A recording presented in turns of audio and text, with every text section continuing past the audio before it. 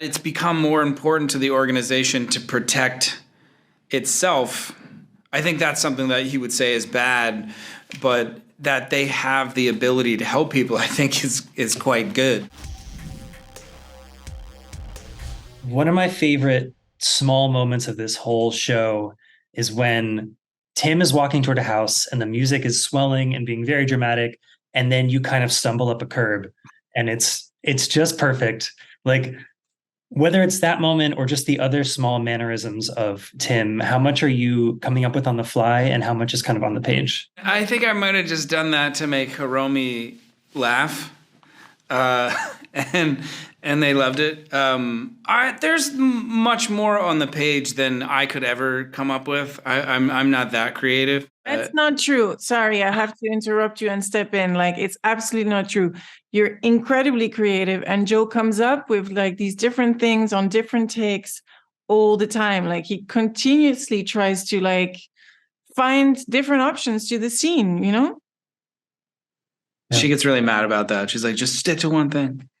Not true. No. It's just that yeah, go on, sorry. It's just a sort of a testament to the people that we were working with. I think people were absolutely open to ideas, and certainly in the process of a show like this, the characters are revealed to you the more episodes you do, the more time you spend with them. Yeah, I don't know. That's kind of Tim in a nutshell to me, is just sort of like the like, I've got this, and then it ends like that. So I'm reticent to talk too much about it because it hasn't. I don't think it's happened yet, and I don't want to give anything away. But Elisa, there's this great moment in episode 4, which is out, where Tim is kind of yelling at Monarch on a video call, and you you just kind of like rein him in and like kind of keep him on focus as he's doing this.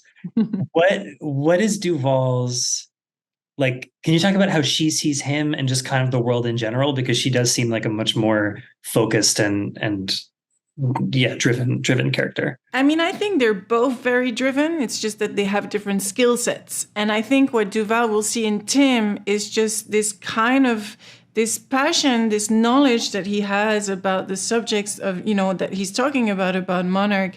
And I think there's something in how he thinks about things that she finds really interesting. We were talking about this earlier, but there's a scene also in episode 3 where they're faced with Verdugo, and she stands up for Tim. And I think, you know, Verdugo is like the hierarchy and she's their boss. And yet they're like, no, we have our own way of doing things. And it's not, and it's quite anti-establishment in some ways. You know, they each have their own approach, and I think they believe in each other. And she sees him in this moment, like getting lost with, like, you know, sort of like apologizing for who he is or whatever. And she's like, what is your point? Because you have one, you know, so just go for it. Like, and she gives him that confidence, because she believes in what he has to say. Something I love about the show is just that you get to see the good and the bad of Monarch, and the hopes and maybe the reality at the same time.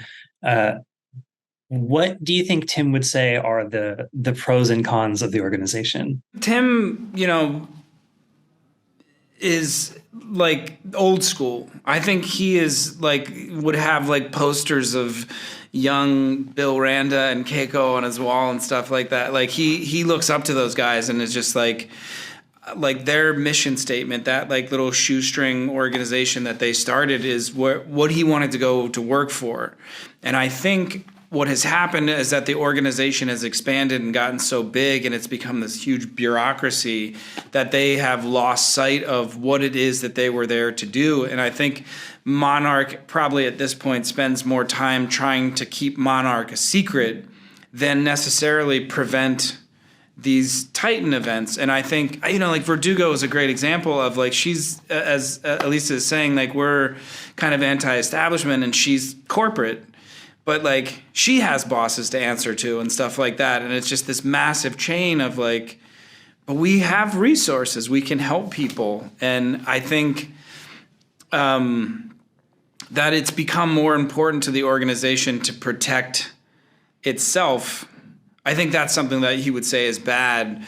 but that they have the ability to help people, I think is quite good. And Elisa, Duval, I mean, so many characters in this, I think, live in a really cool kind of gray area almost, where they have their convictions, but it's hard to know who's right and wrong. So like, what do you think is the driving force behind Duval, and do you relate to it as an actor reading the script? Yeah, I mean, it's true, like, to say that they operate in a gray zone. Again, like, they all operate in this world in which they want to survive, and they all have their own ways of figuring out how to do that, and what they think would be best, I mean, I think, yeah, like a bit like Godzilla, they're like, are they good? Are they bad? Like, you don't know, like they have this kind of function in the universe, which is ambiguous sometimes. You asked me also how I would relate to her, like in the script. I mean, you bring yourself to the part, like,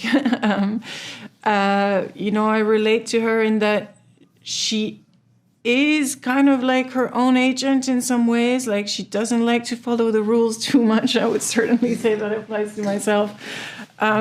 Like, she's not intimidated by